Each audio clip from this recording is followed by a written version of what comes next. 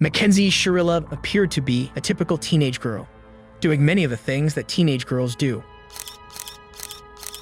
By all accounts, she and her boyfriend seemed to have it all. But did they? And if they didn't, what would this seemingly sweet teenage girl do to make sure that they did?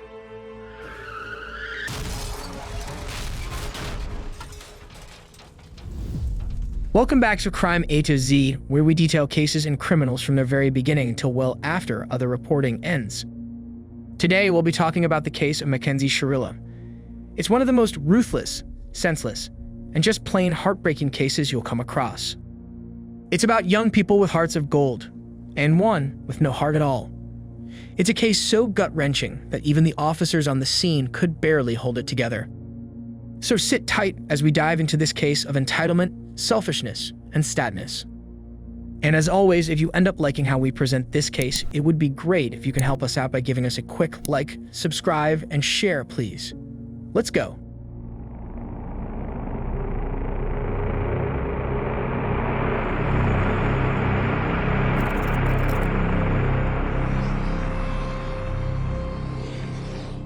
Mackenzie Shirilla was born on August 2, 2004 to Natalie Shirilla and John Stephen.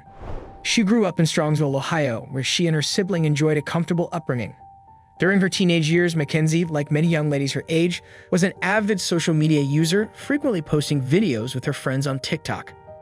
Although Mackenzie appeared to be a sweet child in her younger years, those around her noted that a shift occurred once she became a teenager. Some described her as selfish, vindictive, and cruel. With the attractive youngster having typically gotten whatever it was that she wanted in life, her sense of entitlement was well known. It pushed many of her peers away from her. As Mackenzie grew older, her parents still knew her to be the well-behaved daughter they had always raised, unaware of her developing issues. She began using drugs and engaging in disrespectful behavior, including vandalizing a church while she was under the influence. And her actions only intensified once she began high school at Strongsville High. It was there that she would meet Dominic Russo. Throughout his childhood, Dominic was well known for his great sense of humor and ability to lift the spirits of those around him. His siblings said that he was the one who always made them smile, always wearing the biggest grin himself. With his strong passion to grow and make the most of each day, Dominic was already an accomplished businessman, athlete, song producer, and entrepreneur by the time he was just 20 years old. But with his desire to make a broader impact on his community and to give back to people beyond his hometown, he planned to join the military. Dominic and Mackenzie were attracted to each other and began dating in 2021. They originally kept their relationship quiet, but shortly after they started dating, they made the relationship public via social media. Mackenzie would frequently post photos of them looking happy and in love. They appeared to be soulmates, spending as much time together as possible. Their families met and grew close as well, and it appeared that nothing could come between them. They eagerly anticipated graduating high school so they could start their lives together. But the bliss didn't last long. Dominic began to notice a side of Mackenzie that he was not fond of. She started to expect Dominic to agree with everything that she said, and he started to get frustrated with how controlling she was. Amidst it all, though, they continued to project the image of a perfect couple on social media. At some point, Dominic decided to break off the relationship and approached Mackenzie with the news. Mackenzie disagreed and was unwilling to give up on them. But Dominic, desperate to be freed, insisted. Mackenzie was upset, but also determined to rekindle their relationship. But her way of going about it was problematic. She began showing up at Dominic's house, threatening to harm him and damage his property if he didn't let her in. On one of the occasions, he recorded her outside of his home making the threats. Threatening to key my car, threatening to break the door. I will key your car if you do not let me in the house. You're going to key my car If you don't let me in the house, yes. Dominic tried his best to defuse the situations, trying to reason with Mackenzie and calm her down at every turn. As he continued to reject her, Mackenzie's frustration and desperation grew stronger. She alternated between begging him to take her back and threatening him if he didn't. Dom, if you do not open, you think I'm joking. You think I'm joking. Like, I'm dead ass. What do you mean? You know it. That's exactly what I mean. You don't even know exactly what I mean. You're gonna come open this door right now, or there's gonna be a serious problem. But the more she showed her true side, the more convinced Dominic became that ending their relationship was the right decision. Despite the breakup and bitter disputes, like they had done in the past, the couple would eventually reconcile.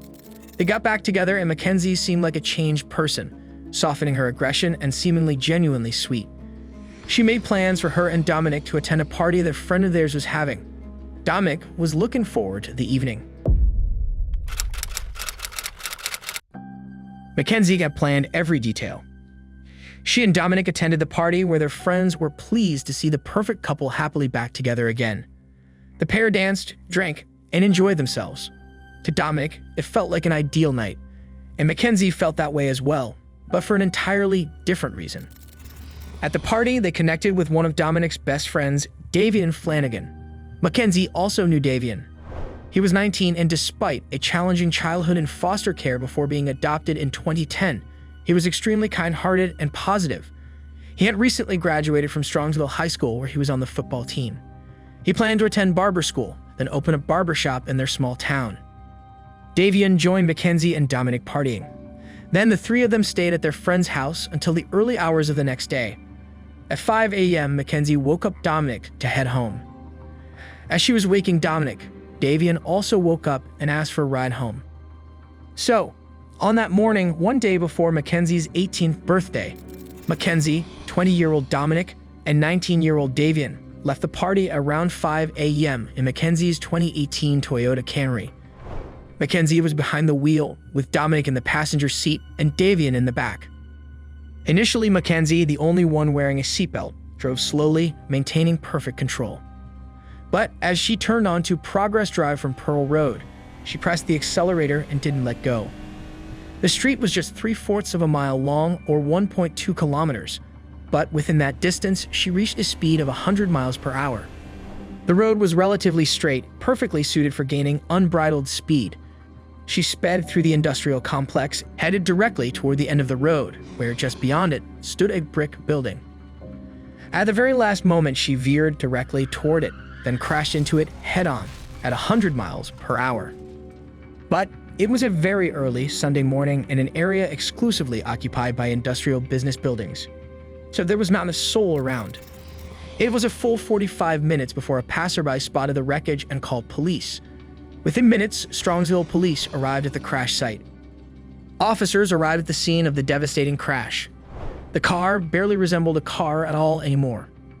As the first officer hurriedly approaches, he reports that the car is split in half. This car is split in two. The severity of the crash is obvious, and he calls for additional units, noting that there is at least one person inside the vehicle. Radio, there's an occupant inside. Send us a squad now. This is not a fresh accident either. She's been here for a while.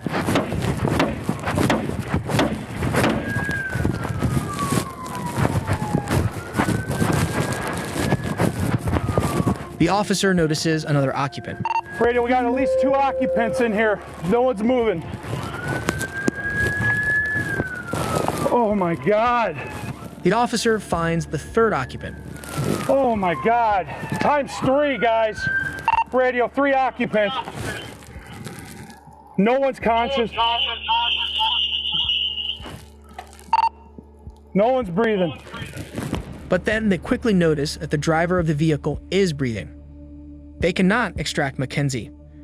Her head is wedged in and she's severely pinned in the vehicle, her fuzzy Prada slippers still pressed against the accelerator. They won't be able to extract her until fire and rescue arrives. In the meantime, despite their experience, the officers are clearly impacted by the scale of the accident and the loss of life. Oh my God. Oh my God, heaven. 48-year-old, I know. Jesus Christ. This is the worst I've ever seen. Rest in peace, buddy. Mackenzie has survived. Dominic and Tеен did not. There were car parts everywhere. The car had struck the building with such force that it looked like it had exploded. Fire and rescue arrive. Mackenzie is extracted and life-flighted to the hospital, where she will undergo multiple surgeries to save her life. She tested positive for THC, consistent with her having smoked marijuana, and she was also in possession of a bag of magic mushrooms and a digital scale. Initially, the police believed that Mackenzie had crashed because she was high, But as the investigation began to unfold, authorities began to suspect that what Mackenzie had done was far more deliberate. When Mackenzie woke up in the hospital and realized she had survived, she tearfully told her doctors that it was her fault for killing her boyfriend. While the doctors thought these were just the rantings of a remorseful driver, the police took her statement seriously. After undergoing multiple surgeries, Mackenzie was released from the hospital and returned home with her parents. As the Shirillas prepared to welcome their daughter home, the Russos and Flanagans were planning funerals for their sons. Meanwhile, the prosecutor's office was conducting a thorough investigation, and it was not looking good for Mackenzie. For starters, police interviewed several of Mackenzie and Dominic's friends, from which a consistent theme emerged. They learned that she had frequently threatened him during their on-again, off-again relationship. Threats like keying his car and forcing her way into his home like mentioned previously, but also threatening to kill him by crashing her car with him inside of it. The most recent such threat occurring just 2 weeks before the crash when she told him, "Dominic, I will crash this car right now." Around that same time period, Dominic had even called his mother asking her to come pick him up because he was riding with Mackenzie and she was driving recklessly. Also, authorities and the public felt like Mackenzie was not acting like a grieving girlfriend responsible for 2 people's deaths. The photograph that she posted on Dominic's obituary seemed, as one news publication called it, twisted. Many also found it inappropriate and tasteless for her to attend a Halloween party so soon after the deaths that she was responsible for, especially dressed as both marijuana and a corpse, and then post the fully decked out costume photos on her social media account.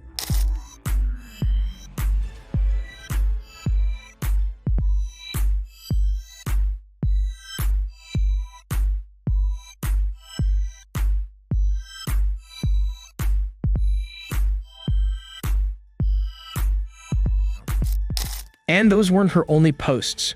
Within weeks of the crash, she had returned to posting TikToks. I'm not even cool. I'm just one of those girls that can do a lot of drugs and not die. In one of her posts, she shockingly claimed that she was the one you die for. Gotta figure like a pin, I'm gotta figure like a doll. Don't care if you think I'm dumb, I don't care at all. Can't best, sweetie, if I wanna be adored. I'm the girl you die for. And she drew the same sentiment for a concert she attended. Shortly after she was released from the hospital, she was seen attending a concert, still in a wheelchair from her injuries. There were also posts that Mackenzie and her mother made on social media, replying to and soliciting a modeling job. Community members felt it was so inappropriate after the deaths that they emailed the exchanges they had made with the Los Angeles modeling agency to the police department. And police also gathered and analyzed the physical evidence. A thorough analysis was done on the vehicle and it was found to not have any defects or malfunctions that would have contributed to the crash.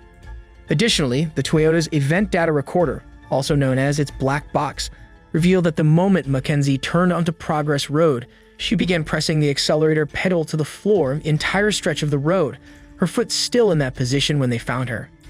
She never attempted to press the brake pedal. She barreled down the short road until it teed at the end, slightly veering into the grass as she aimed for the building. The black box, along with surveillance video, showed that the steering wheel jerked 142 degrees to the right and then left just before the car left the road and crashed into the building. And speaking of that surveillance video, that is where investigators truly began to question the teenager's actions. The bad behavior before the crash and the questionable actions afterward were not necessarily definitive. But the surveillance footage, together with the black box data, began to leave little doubt. Multiple businesses in the area captured the teenager's ill-fated path that early morning. But 2 of those videos in particular gave authorities a clear picture of the car, both en route and right up through the point of impact. The first one showed Mackenzie when she was calmly and responsibly rounding the final corner, including traveling at a reasonable speed, reducing her speed to make the turn, and even signaling to turn. Her actions in that video, authorities determined, were not consistent with someone erratically driving under the influence.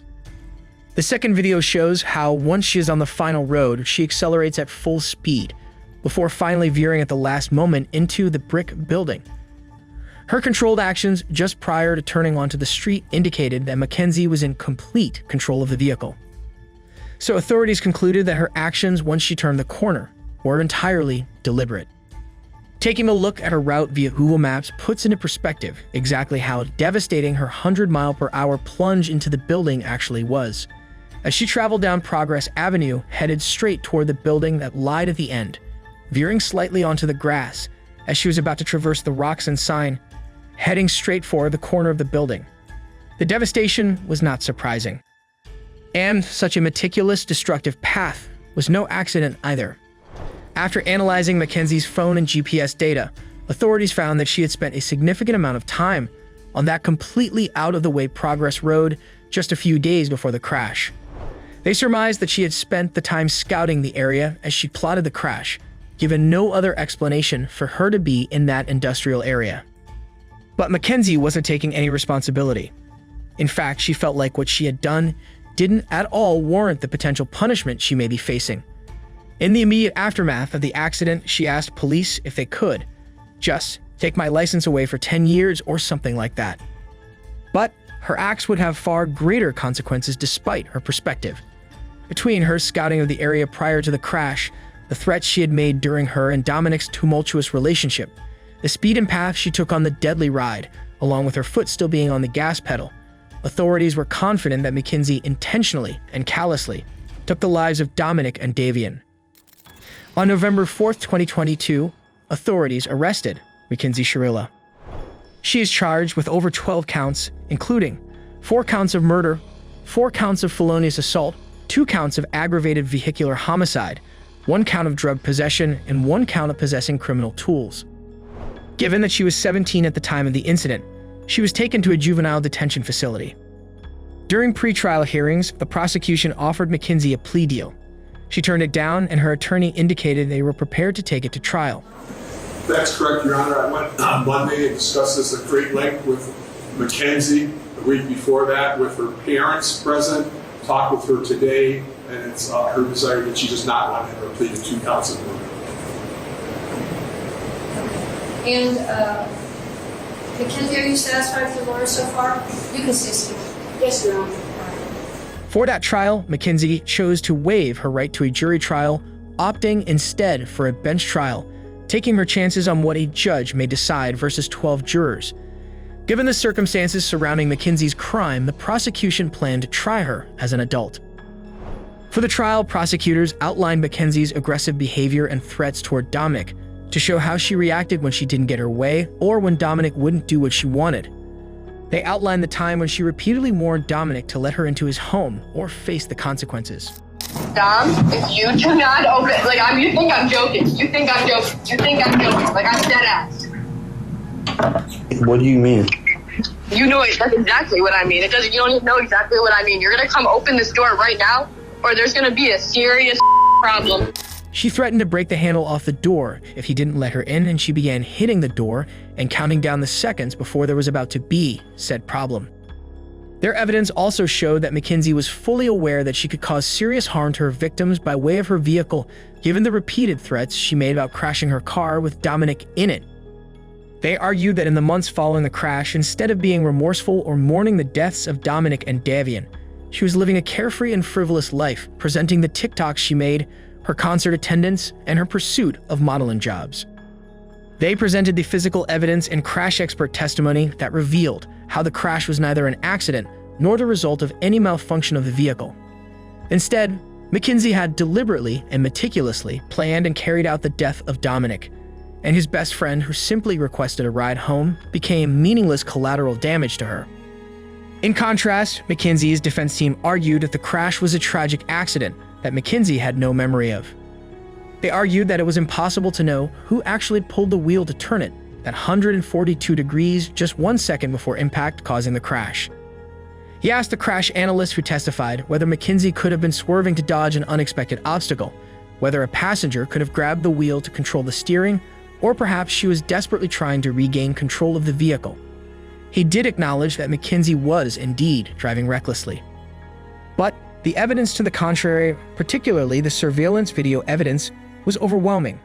The judge noted, The video clearly shows the purpose and intent of the defendant. She chose a course of death and destruction that day. She morphs from a responsible driver to literal hell on wheels. Her actions were controlled, methodical, deliberate, intentional, and purposeful. This was not reckless driving. This was murder.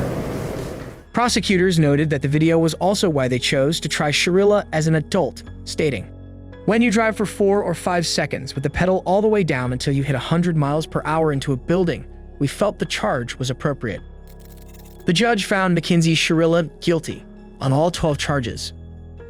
At the sentencing hearing, the prosecution reminded the court about Mackenzie's lack of remorse, represented by her actions in the weeks and months after the crash. The judge also allowed statements from the families of those involved. Davian's mother was the first to address the court. Yes. Your Honor, my name is Jamie Flanagan. I am the mother of the victim, Davian Flanagan. I want to share a small part of what we lost on 7/31/2022. My son, Davian, is and always will be so much more than cargo. He was precious. He was an amazing soul with a heart of gold. He gave to the world what he wanted most in his own life: love. The kind of love that would rescue a friend in the middle of the night, no questions asked. The kind that would protect others and honor them. He made friends easily with his infectious smile. He was a gifted athlete. He had plans to go to barber school and open his own shop. My son did not have a clique of friends, but instead was a friend to all. He would go out of his way to show love and kindness to others, including those that were often cast aside by society, the less fortunate, the developmentally challenged, the hurting, and the unvalued. Davian made sure that everyone that crossed his path knew that he truly saw them, that he valued them, and that they were worth his time. Davian and my kids have had more than their fair share of heartbreak, of hardship, and of loss. Davian was adopted with his sisters from foster care. They are biological siblings. We are honored to be chosen, or to have been chosen, to be their parents. Their forever family. I am devastated by the loss of Davian. The world lost a truly special man. The court also heard from Dominic's mother. I'm Christine Russo. I'm Dominic's mother. No one wanted this to be a murder or to punish Mackenzie Shirilla for this accident. But this was not a car accident. The evidence and science proved that Mackenzie Shirilla murdered my son, Dominic, as well as Davian. There's no fix put in this case, as the Shirillas would like to proclaim. I want to thank Strongsville Police Department and the state of Ohio for seeking the truth behind this crash. Thanks to them, we all know what happened in that car that day.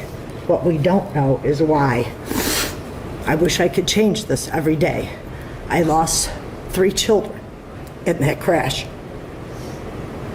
Not a minute goes by each day that I don't think about my son, as well as Davian. My heart is forever broken. The cries heard from the Shirilla family and friends after the verdict are nothing more than a lack of remorse. Mackenzie Shirilla had a choice.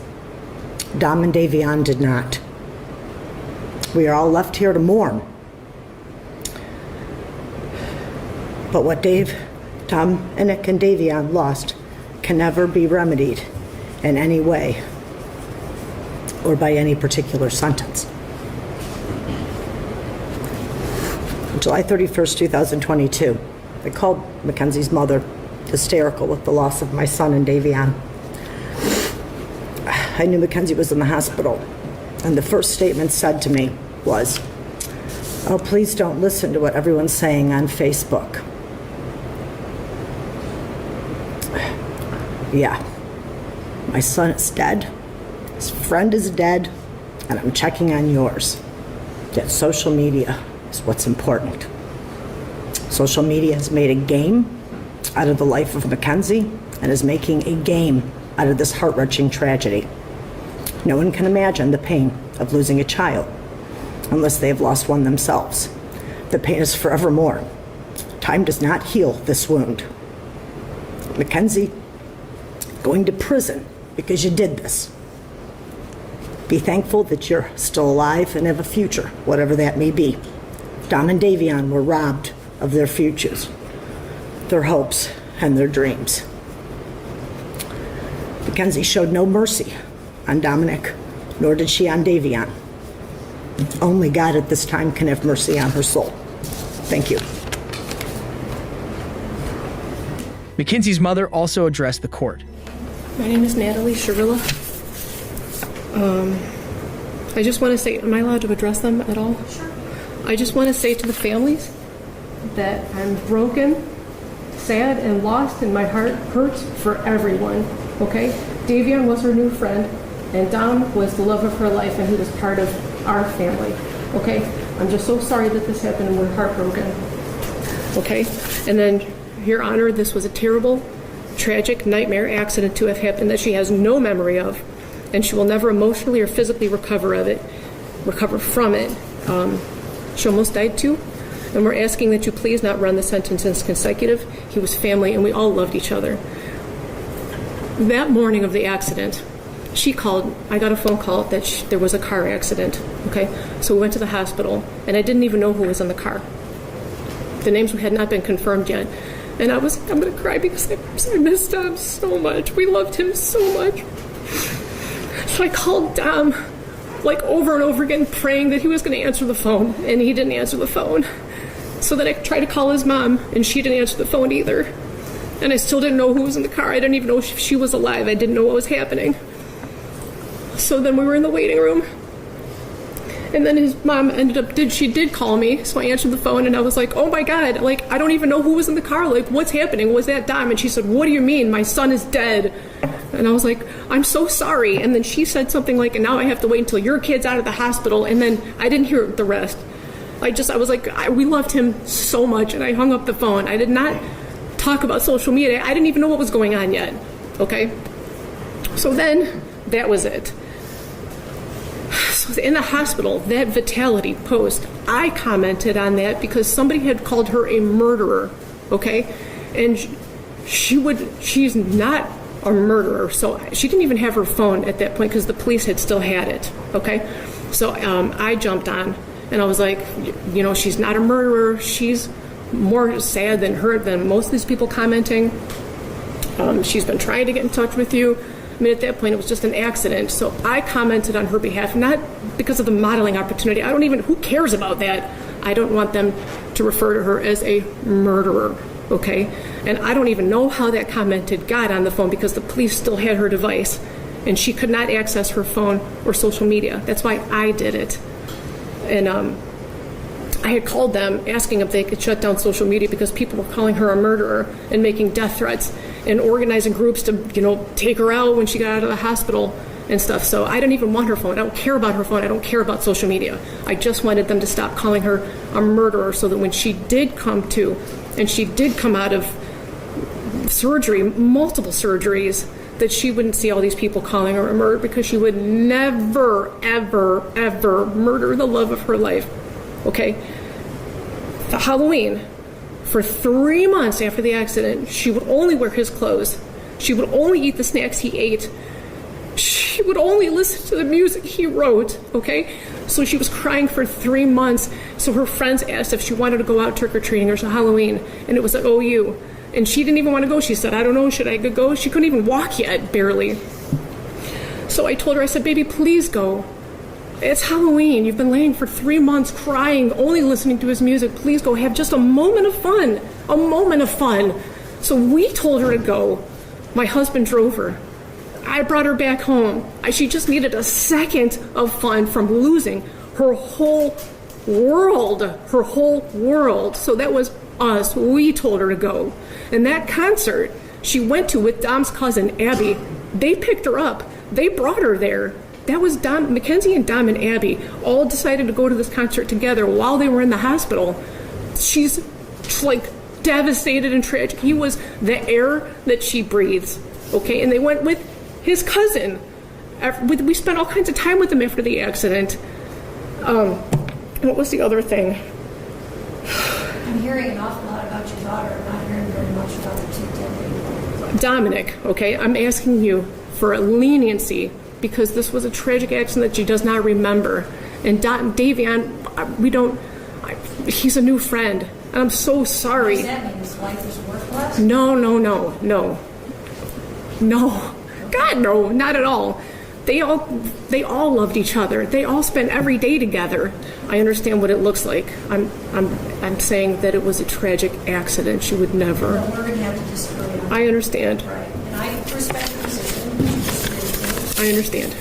But anyway, that's it. I just wanted to address those. We told her to go to those things, and then she did go with Dom's family. So look at that. Don't look at it with look on that with different eyes if you can, please. Those things are not relevant. Not at all. But she's a good. If you would have a moment, all you would need is 5 minutes of a conversation to have with her to learn who she is.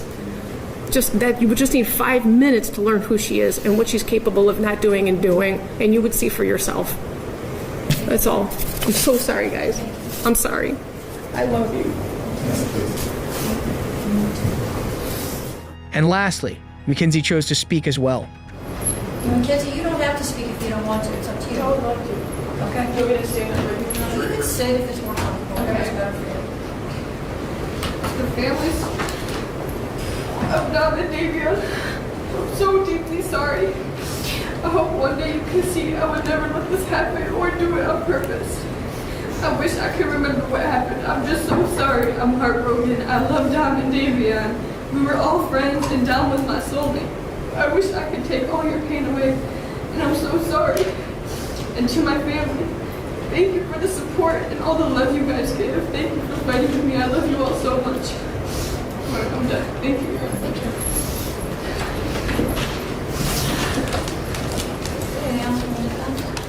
With her guilty verdicts, Mackenzie was facing an automatic sentence of life imprisonment with no opportunity for parole for 15 years for each of her 2 murder convictions. The most challenging aspect of the sentencing for the judge was deciding whether the sentences should be served consecutively or concurrently. She noted that while the families desired the harshest sentence possible, she had to balance the need for justice with the circumstances of the case. She sentenced Mackenzie Shirilla to 2 concurrent terms of 15 years to life for the murders of Dominic Russo and Davion Flanagan. Serving them concurrently would make her eligible for parole in 15 years.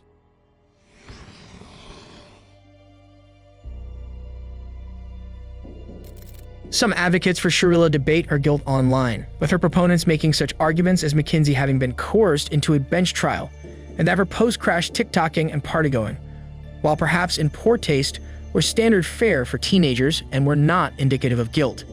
Some also believe that Shirilla's acceleration could have either been her accidentally pressing the accelerator instead of the brake, or perhaps there was a malfunction where her pressing the brake did not register. Overall, her advocates feel that there was no evidence proving Mackenzie intentionally drove the car into a wall at 100 miles per hour, and that all the evidence against her was simply to attack her character. But most people are in the same Shirilla is guilty camp as the prosecutor, who, after the trial, commented, "The intent was obvious upon seeing that video that there was only one goal, and the computer demonstrated that there was no attempt to slow down or stop, that it was full speed into a building, and said tragically it cost 2 people their lives." While they were relieved that Mackenzie was found guilty, most of Dominic and Davion's family members expressed disappointment with the verdict, hoping instead for consecutive sentences. They felt that Mackenzie had taken the lives of 2 innocent young men and deserved to serve the rest of hers in prison. However, Dominic's father, Frank Russo, was more forgiving. He reflected that while his family was devastated, he hoped Shirilla could eventually be freed. He stated, "It's horrible for everybody. Yeah, I lost my son. It's harder on our family, but I don't want the rest of her life ruined too. It isn't going to make me feel any better." Mackenzie is currently serving her sentence in the Ohio Reformatory for Women.